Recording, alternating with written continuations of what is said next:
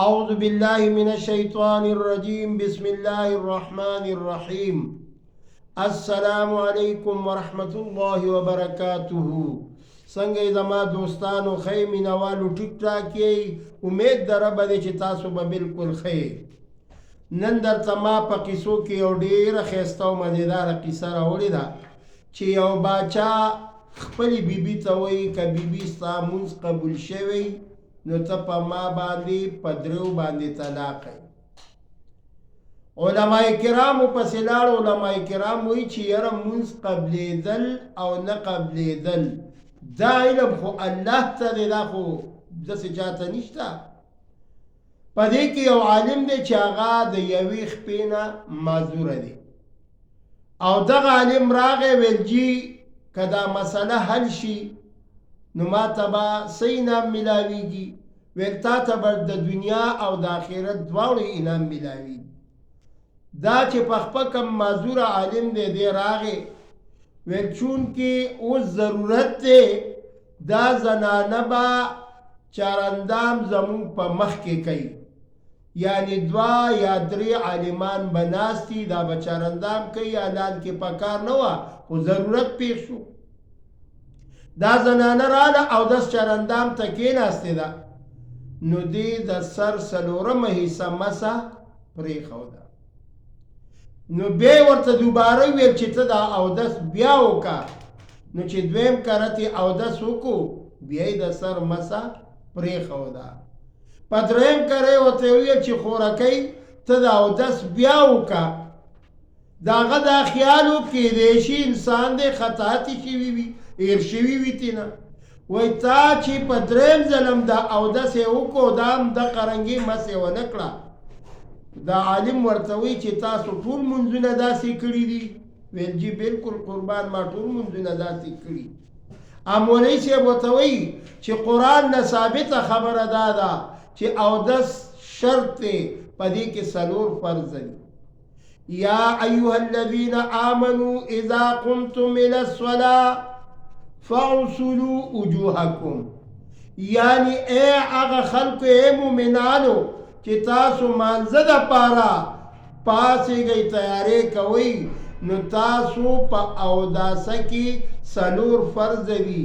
او دا لازمي وکئ چې مخ انځل لاسونه انځل یعنی تر دې څنګلو پورې او د سر څلورمه حصه مسه دا فرض ده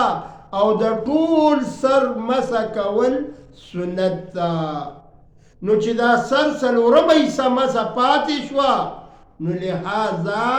اودس ونه شو چې اودس ونه شو لحاظا مونځ مقبول نه دی د مانځه دپاره اودس شرط دی څنګه چې غایه په مغایه کې داخله ده دارنګې د مانځه دپاره شرط چې دی نو اودس دی پام کوئ چېرته بې اودسه مونځونه ونه کوي مولانا اشرف علي تانوي رحمت الله علیه لیکلي دي چې کم انسان بې اودسه مونځ کوي نو یفدي الی الکفر دی کفر ته وښویدو ولې بې اودسه مونځ کول دا هم په مانځه پورې یو خندا ده د مانځه دپاره شرط دا اودس دی موږ او تاسو له پکار دي چې په صحیح معنو سره په صحیح طریقې سره اودس چرندام دا د مانځه دپاره کوو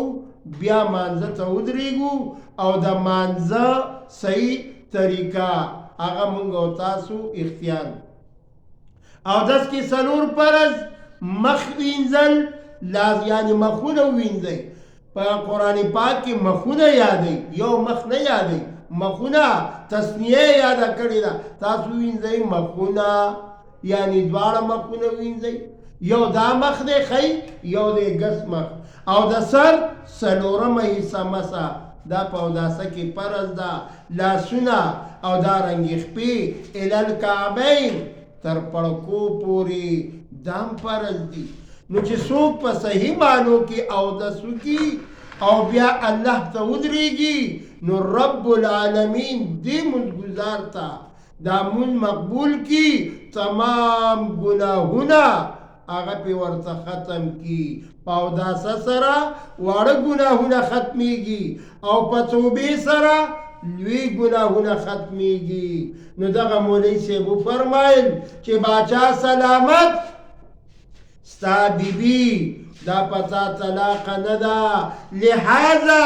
د دې اودس نه دی شوی نو مونځ یې د کوم ځای نه وشو نو شرط موجود نه شو. باچا حکم کړی که چرې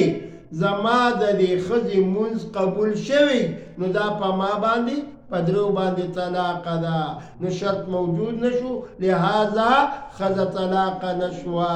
دا یو ډېره ښکلې واقعه مې ستاسو مخې ته کېښوده، تاسو به ترې عبرت والئ. زما نوم دی القاري دوست محمد 0312 83 8353. دا مې د موبایل نمبر دی او په تخلص نن سبا زه مشهور پسې ما نور په ګوته نه پټېږي د قاري ماما کیسې.